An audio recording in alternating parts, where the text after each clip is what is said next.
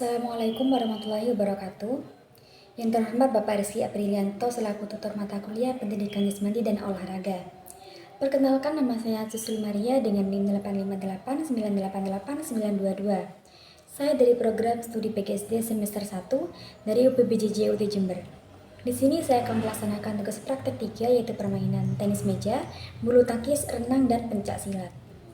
Sebelum olahraga, alangkah baiknya melakukan pemanasan terlebih dahulu.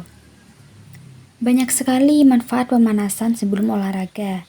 Di antaranya, yang pertama, meminimalisir terjadinya cedera.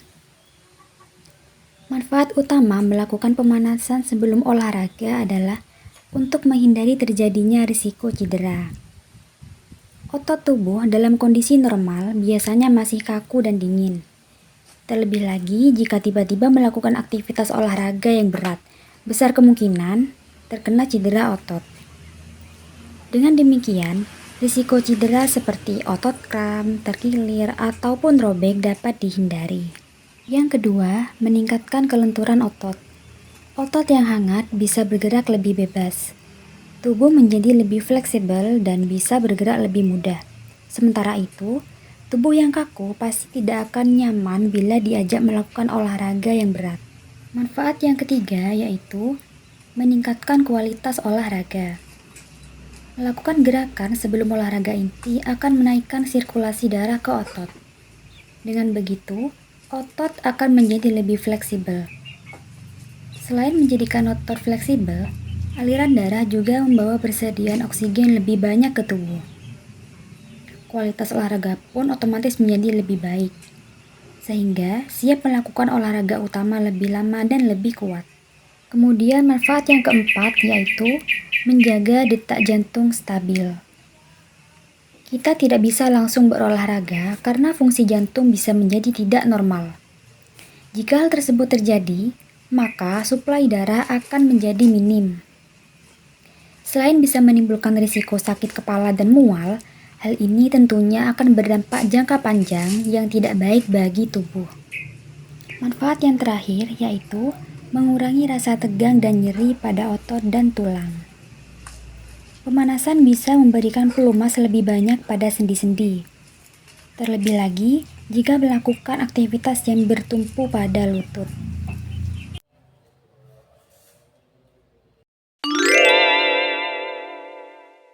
Praktek yang pertama yaitu tenis meja.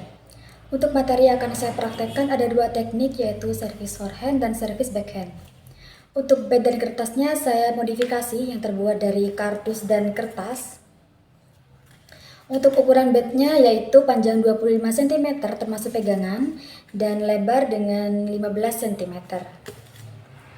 Permainan tenis meja adalah suatu permainan dengan menggunakan fasilitas meja dan perlengkapannya serta bat dan bola sebagai alatnya. Cara melakukan service forehand. Pertama, sikap dasar badan agak condong ke arah meja. Kedua, lengan atas membentuk sudut kecil dengan tubuh lengan mengarah ke arah bawah. Ketiga, saat melakukan servis, posisi bat terbuka. Maksud dari bat terbuka adalah waktu perkenaan bola, posisi bagian depan bat menghadap ke depan. Keempat, gerakan servis dilakukan dari bawah ke atas, kanan ke kiri, dari belakang ke depan, dan lengan bawah mengakhiri gerakan di depan dahi. Teknik servis backhand. Pertama, sikap posisi kaki, yaitu kedua kaki berdiri paralel dengan meja. Kedua, posisi lengan. Lengan mengarah ke depan, lengan bawah membentuk sudut yang lebih besar, tangan yang memegang bat lebih dekat dengan tubuh daripada siku. Ketiga, posisi bat selama melakukan servis terbuka. Pada waktu melakukan servis, posisi bagian depan bat menghadap ke depan. Keempat, gerakan servis dilakukan dari belakang ke depan, dari kiri ke kanan, dan dari atas ke bawah. Praktek yang kedua yaitu permainan bulu tangkis. Untuk materi yang akan saya praktekkan ada dua teknik, yaitu service forehand dan service backhand. 1. Service forehand.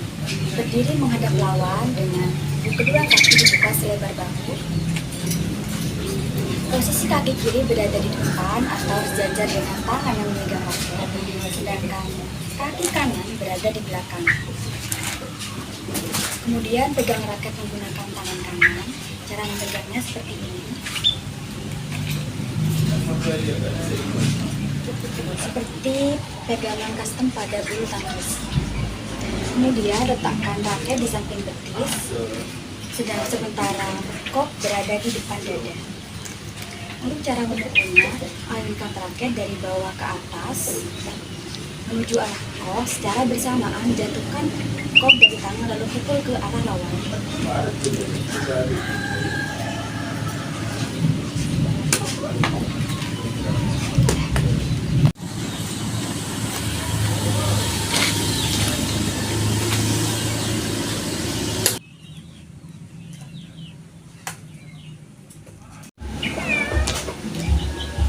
Dua, service backhand.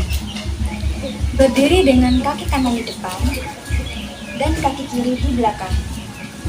Kedua kaki dibuka selebar bahu. Kemudian pegang raket dengan tangan kanan. Untuk cara memegangnya yaitu seperti pegangan basic backhand drive.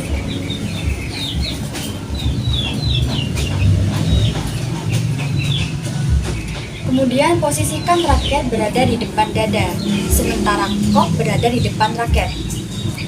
Untuk cara memukulnya yaitu tarik tangan dan dorong ke depan menuju ke arah kok.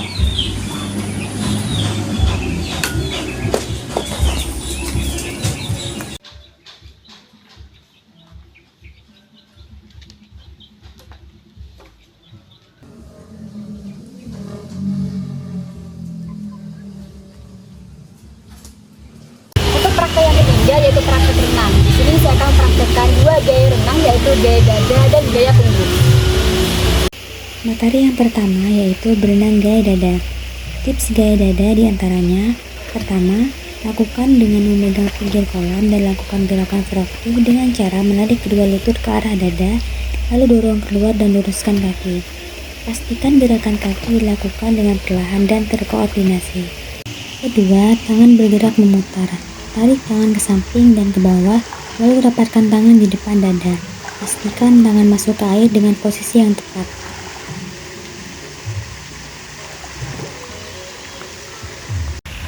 Ketiga, angkat kepala perlahan keluar dengan cara mengambil napas melalui mulut dan mengeluarkan melalui hidung.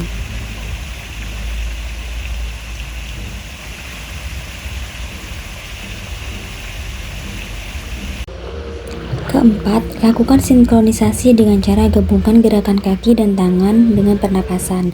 Dengan cara saat tangan ditarik ke samping, lakukan gerakan kaki dan ambil napas.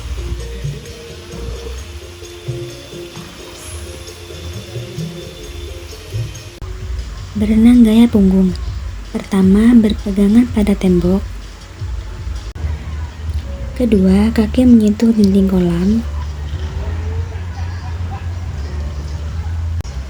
Ketiga, dorong perlahan menggunakan kaki pada dinding.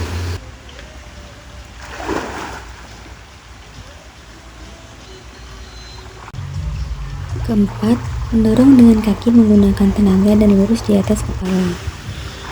Kelima, yaitu mendorong kaki menggunakan tenaga dan melakukan underwater gaya punggung. Praktek yang terakhir yaitu pencak silat. Untuk materi yang akan saya praktekkan ada dua teknik, yaitu sikap pasang dan pukulan. Gerak pasang. Sikap pasang 1. Dimulai dari sikap tegak dan pandangan lurus ke depan. Kaki kiri melangkah ke depan atau sebaliknya. Kuda-kuda depan sejajar dan posisi kedua tangan berada di depan dada searah dengan kaki. Sikap pasang 2. Dari sikap pasang 1, badan diputar ke bagian dalam, kemudian kuda-kuda sejajar, posisi kaki silang dan siku belakang jinjit. Posisi tangan berlawanan dengan kaki. Sikap pasang 3. Dimulai dari sikap pasang 2, kuda-kuda serong, tangan berlawanan dengan kaki, dan berat badan berada di kaki depan. Sikap pasang 4. Dimulai dari sikap pasang 3, kemudian kaki merapat menjadi satu dan digeser sejajar, tangan berada di depan dada.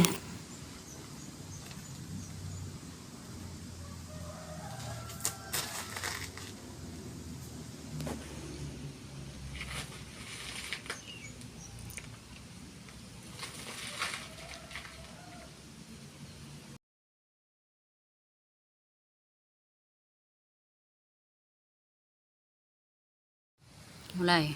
Pukulan lurus. Pertama, berdiri dengan sikap tegak. Sikap kaki melakukan kuda-kuda tengah.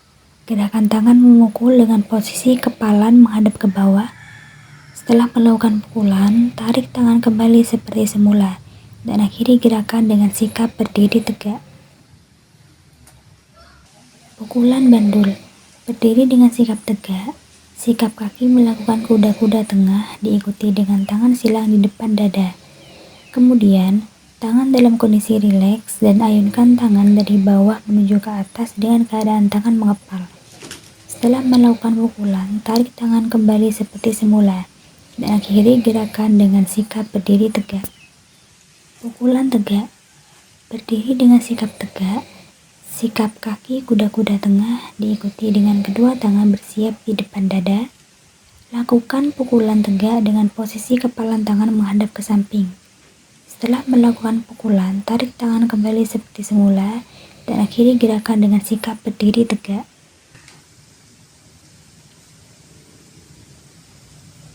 Pukulan melingkar. Berdiri dengan sikap tegak. Sikap kaki melakukan kuda-kuda tengah diikuti dengan kedua tangan menyilang di depan dada. Posisi tangan mengepal menghadap ke bawah. Ayunkan tangan dengan gerakan melingkar dari samping. Setelah melakukan pukulan, tarik tangan kembali seperti semula dan akhiri gerakan dengan sikap berdiri tegak.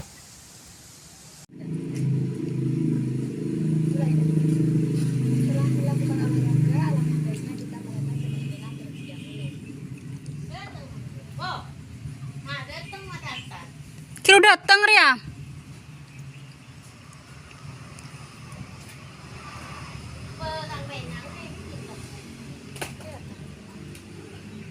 Enggak.